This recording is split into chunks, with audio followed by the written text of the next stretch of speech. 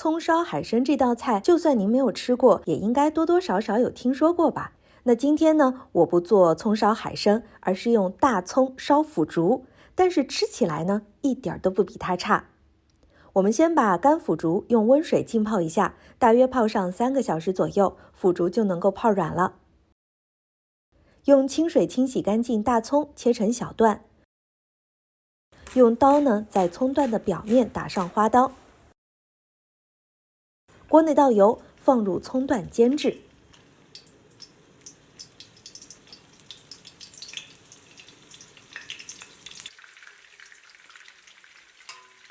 煎的时候，我们多翻一翻面，直到把葱段的表面煎得焦黄，就取出煎好的葱段备用。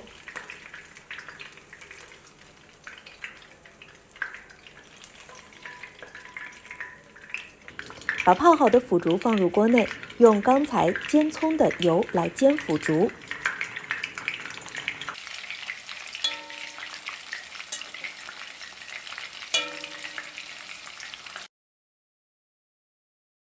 等腐竹的表面也煎到发黄发脆，就可以盛出来了。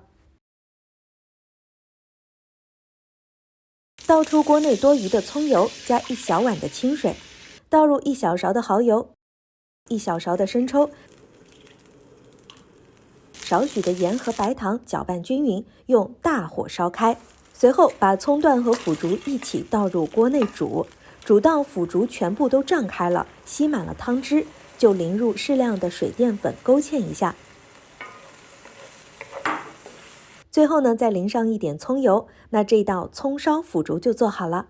吃起来真的很香，真的比那些大鱼大肉呢还要好吃很多。喜欢的朋友快收藏，做起来吧。